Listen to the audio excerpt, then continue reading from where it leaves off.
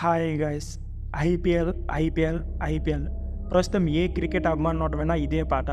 దేశానికి world cup రాకపోయినా పర్లేదు, కానీ తన అభిమాన జట్టుకు మాత్రం ఐపీఎల్ టైటిల్ నెగ్గాల్సింది.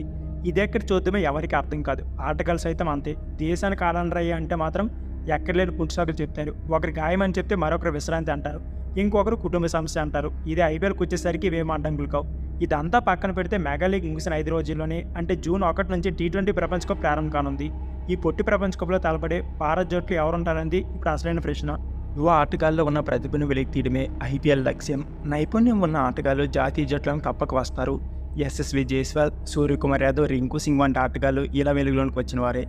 ఏ చోటుకెళ్ళినా బీసీ పెద్దలు చెప్పే మాటలివే. అది వాస్తవమే కాదనిలేం.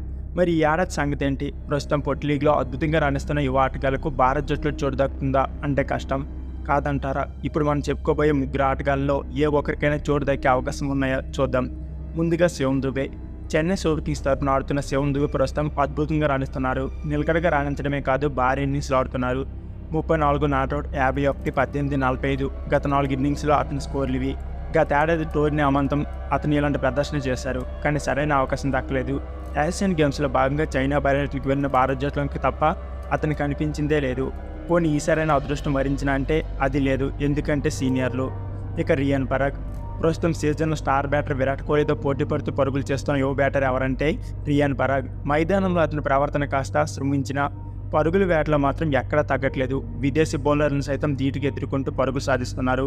ఆడిన 5 మ్యాచ్లు 100కు పైగా సగటుతో 260 పరుగులు చేశాడు. ఇందులో ఏకంగా 3 అర్ధ సెంచరీలు ఉన్నాయి.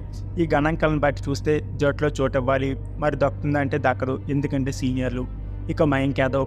భారత్ జట్టుకు పేసర్ల కొరత ఉన్నమాట వాస్తవం.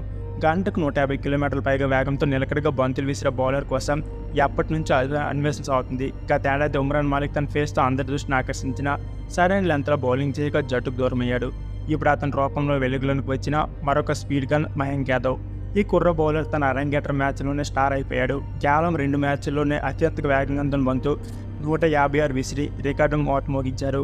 మరి భారత్ జట్టులో చోటు దొరుకుతుందంటే కష్టం, ఎందుకంటే సీనియర్లు. ఇక కోహ్లీ, రోహిత్ను తప్పించలేరు. గత ఏడాది వన్డే ప్రపంచ కప్లో పరాభవం తర్వాత భారత్ జట్లు అనేక మార్పులు జరుగుతాయని అందరూ ఊహించాం. అనుకున్నట్లనే మెగా టోర్నీ అనంతరం జరిగిన T20 సిరీస్కు కుర్రాలను ఎంపిక చేశారు. దాన్ని బట్టి పొట్టి ప్రపంచ కప్ తలపడేది కుర్రాళ్ళు అనుకున్నాం. తీరా 3 నెలలు గడిచాక చూస్తే మళ్ళీ పాతకదే అదే జట్టు. ఎలాంటి పరిస్థితుల్లోనైనా రాణించగల సత్తా ఉన్న విరాట్ కోహ్లీ, రోహిత్ శర్మ వంటి సీనియర్లను జట్టు నుంచి తప్పించే పరిస్థితి లేదు. ఒకవేళ కాదని తప్పిస్తే వారి అభిమానులు ఊరుకోరు. ఈ విషయంలో సెలెక్టర్లు ఏమీ చేయలేకపోతున్నారు. ఇక భారత్ జట్టు అంచనేటప్పుడు తెలుసుకుందాం.